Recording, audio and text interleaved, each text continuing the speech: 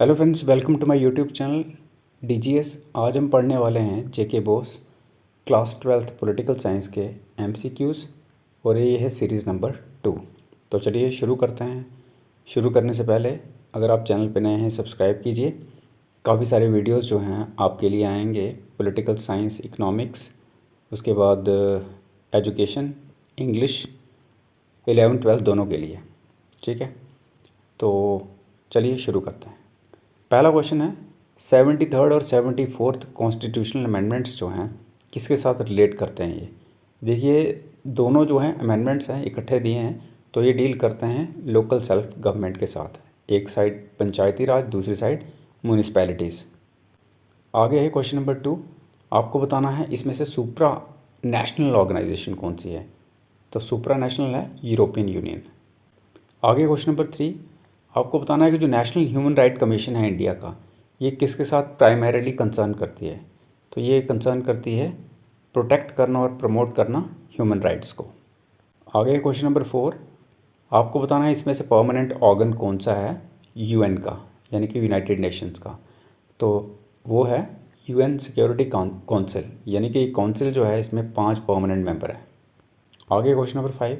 आपको बताना है कि जो प्रेसिडेंट रूल लगता है ना अंडर आर्टिकल 356, तो इसको इम्पोज किया जा सकता है प्रेसिडेंट द्वारा किसकी एडवाइस पे। तो ये एडवाइस होती है यूनियन कैबिनेट की। आगे है क्वेश्चन नंबर 6। बाई कैमरलिज्म जो टर्म है इसका मतलब क्या है। देखिए, इसका मतलब होता है 2 लेजिस्लेटिव चैम्बर्स, जैसे लोकसभा, राज्यसभा या लेजिस्लेटिव काउंसिल, लेजिस्लेटिव असेंबली। ठीक है। आगे क्वेश्चन नंबर 7। आपको बताना प्रेम्बल जो है इंडियन कॉन्स्टिट्यूशन का, वो डिक्लेयर करता है इंडिया को क्या, sovereign, socialist, secular, democratic and Republic. आगे क्वेश्चन नंबर 8। आपको बताना है कौन सा आर्टिकल जो है संविधान का जिसने अबॉलिश किया है अनटचेबिलिटी को। तो वो है आर्टिकल 17। आगे question number 9। Directive principle of state policy in India.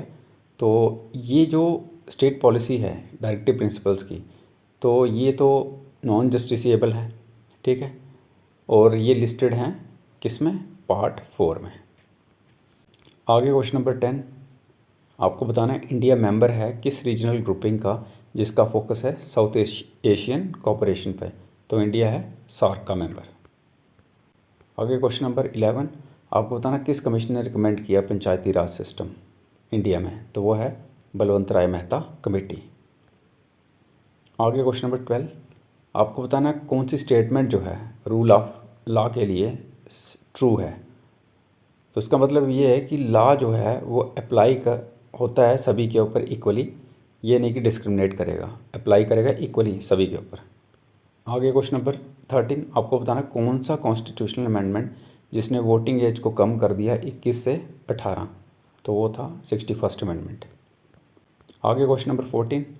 Collective security एक कंसेप्ट है जिसका मेन एम क्या है, जिसका मेन एम है प्रिवेंट करना एग्रेशन किसके थ्रू, कलेक्टिव एक्शन के थ्रू।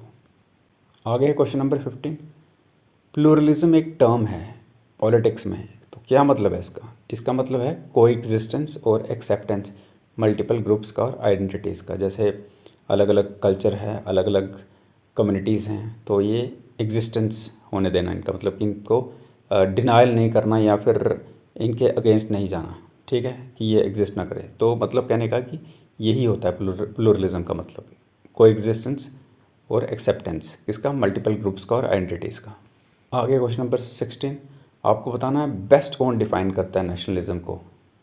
तो बेस्ट डिफ़ाइन करती है ये बी वाला पार्ट।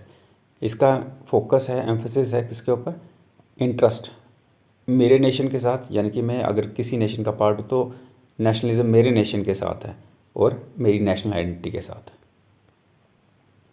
आगे क्वेश्चन नंबर 17। कौन सा आर्टिकल है भारत के संविधान का जो एमरजेंसी प्रोविजंस के साथ डील करते हैं। तो वो है आर्टिकल 352। जुडिशल रिव्यू जो है इंडिया में, ये प्राइमरीली किसकी पावर है। ना ही पार्लियामेंट की है, ना ही ये प्रेसिडेंट की है, ना ही ये स्टेट लेजिस्लेचर की, ये है सुप्रीम कोर्ट की। 19 क्वेश्चन। शेड्यूल बताना आपको भारत के संविधान का जिसमें पावर मेंशन की हुई हैं यूनियन, स्टेट और कॉन्करेंट लिस्ट की। तो वो है कौन सा, 7th शेड्यूल। लास्ट क्वेश्चन है, आपको बताना मेन एम रिजर्वेशन पॉलिसी का इंडिया में। तो पहला नंबर तो उसका मेन एम है रिप्रेजेंटेशन प्रोवाइड करना और अपलिफ्ट करना डिसएडवांटेज्ड कम्युनिटीज़ को।